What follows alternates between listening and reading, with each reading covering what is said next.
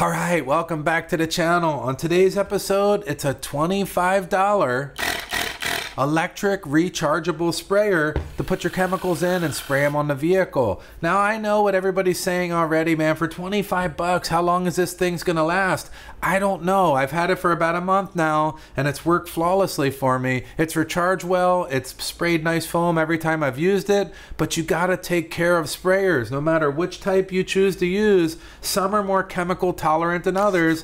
The IK sprayer, Old Faithful, this thing lasts forever, and you know what, the chemicals aren't so hard on it. Eventually this one would fail too. But even the trigger sprayers, everybody always comes back and says, oh, my trigger sprayer failed on me. If you leave corrosive products in the bottles, in the trigger sprayer or in the pump sprayer unrinsed off, it's just going to slowly fail. The tougher the product, the longer it'll last, but eventually they're all going to fail under those conditions. At the end, you're going to see me show you how I rinse these things out, that I get the most longevity out of them. And let's actually use this thing. I'm going to be putting some wheel cleaner on. I'll spray a little bit on my dirt bike too. And let's see this thing in action.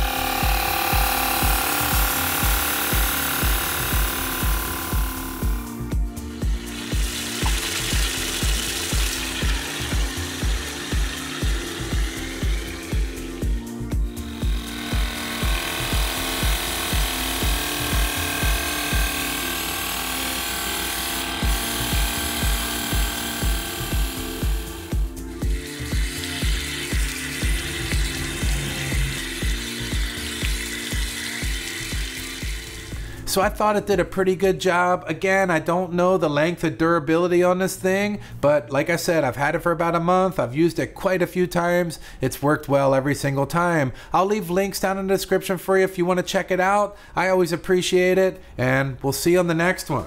Oh yeah, that's right. Take that.